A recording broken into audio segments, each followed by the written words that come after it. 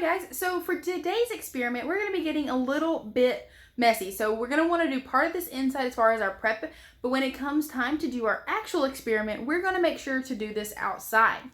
So for today, we're going to be talking a little bit about chemistry. And why do we include that in Grossology? Well, chemists actually use a lot of different materials and chemicals to cause different reactions or do different experiments in their jobs. So today we're going to be doing one called elephant toothpaste. And there are a few things that you're going to need. So first of all, we're going to need a bottle. A 1 liter will probably work best for this experiment. You're going to be needing hydrogen peroxide. We're using 3%. If you can find greater than 3%, your experiment will work even better, but 3% will work. We're going to use food dye. You're going to need a funnel, a cup or something to mix in, yeast, and water. Alright guys, to start, we want to measure in our hydrogen peroxide. So we're going to use our funnel and we're going to pour in a half a cup of our hydrogen peroxide into our bottle. Alright guys, so pour in a half a cup of our hydrogen peroxide. Alright, so next we want to add in 1 good squirt of dish soap, and then we're going to swirl that into our hydrogen peroxide. Once your dish soap's in there, go ahead and give it a swirl so that our dish soap is mixed in very well. Alright, so for the next part, we want to add in our food coloring. You can do 1 color inside. I'm just going to use blue, or you can make it multicolor by running the color down the sides of the bottle. So I'm going to add probably 5 or 6 drops of food coloring. And then once you got that in, go ahead and give it a swirl as well. You'll see it dyeing our peroxide. Okay, so next, you want to add in 3 tablespoons of hot water. So 1, 2, 3. And then we're going to take in and mix in our 1 tablespoon or 1 pack of our yeast. So now we're going to dump in our yeast, and we're going to stir it for about 30 seconds until our yeast starts to kind of look like melted ice cream.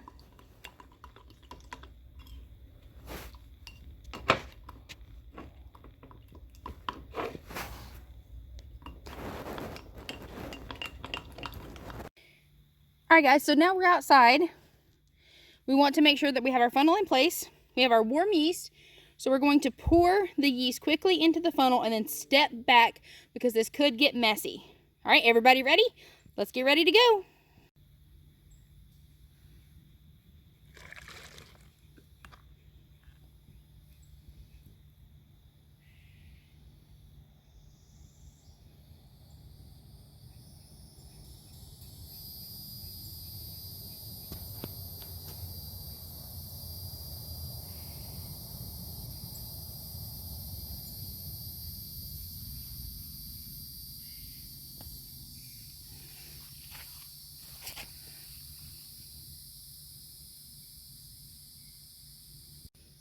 Alright guys, so you can see our material all coming flooding out into our yard. So that is a chemistry reaction that is happening because our yeast works as an activator and it helps to release all of the CO2 that is in our peroxide.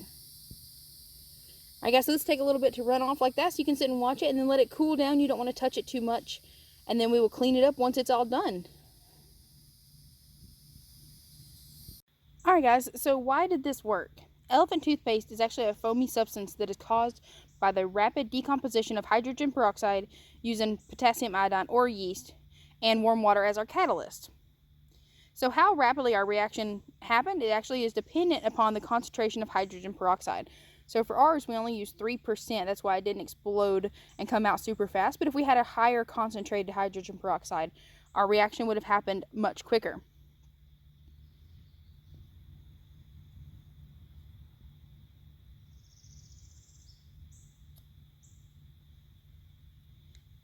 Hydrogen peroxide actually breaks down into oxygen and water. As a small amount of hydrogen peroxide generates a large amount of volume of oxygen, the oxygen quickly pushes out of the container. The soapy water traps the oxygen, which creates our bubbles and turns into foam. Our food coloring also helps us to dramatize the effect so we can see it a little bit more.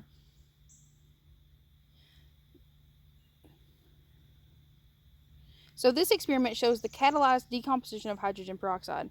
Hydrogen peroxide, or H2O2, decomposes into water and oxygen gas, which is in the form of foam, but normally the reaction is too slow to be easily perceived or measured. In normal conditions, this reaction takes place very slowly. Therefore, that's why we added our yeast in our hot water to act as a catalyst and speed up our reaction time. This reaction is what we call exothermic, or producing its heat outside.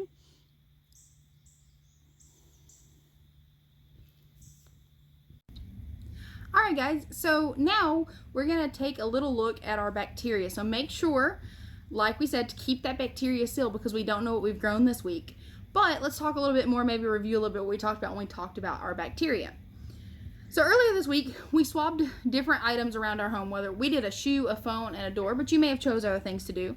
And we put it on our agar plates and we set it aside. So now we're going to take a closer look at that. So you can look at yours. Remember, don't take the top off or anything because we don't know what grew, but take a look at it. A lot of times we'd like to put these under microscopes, but you can kind of look at them, use maybe a handheld magnifying glass if you have it, or just take a look and we'll just kind of see what happened because you can see bacteria growing. You may not know the type, but that's why we're going to leave it sealed. So we started off by talking about the different types. And those three bacteria colonies we talked about were bacillus, which meant wand or little staff. And it's rod-shaped. We also talked about coccus, which means seed or berry, or cocci if there's more than one. And we also talked about spirillum, which means to twist or coil. And it's one that's typically an aquatic one, right?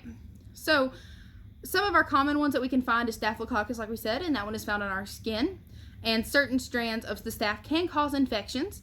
We also talked about strep, which is one that's, or streptococcus, which can cause strep throat when it's transported through the air. And we also talked about anthrax, which was found in our soil, right?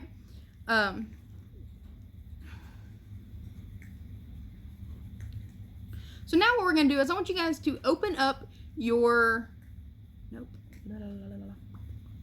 Alright guys, so now I want you to find your samples, whether they were in a windowsill or behind the fridge or wherever you put them. I want you to pull them out and let's take a look at them. So like I said, where you would typically use microscopes, but we're just going to use our eyes, or if you have a handheld magnifying glass, that's fine too. Just remember, don't open them. So we're going to take a look at that. See if you can identify maybe different types of colonies. Maybe they can look different colors. Maybe they can, it's just one, maybe there's two. So kind of look around and make some notes of things that you see. Let us know what you find, and I'm going to show you our video from ours off the shoe that produced some bacteria. Alright guys, you ready to see our video? Alright guys, so don't uncover your Petri dishes, but just so you can get an idea, I'm going to uncover mine a little bit. So if we see down in there, we can see those little specks growing. Those are bacteria that are actually growing in here. And we're not going to hook this up to a microscope because this bowl won't fit under there. But we could look at them a little more and understand what colonies they were. So this example actually came from our shoe. And that is what was probably raked off the bottom of our shoe. And it shows the bacteria that grew.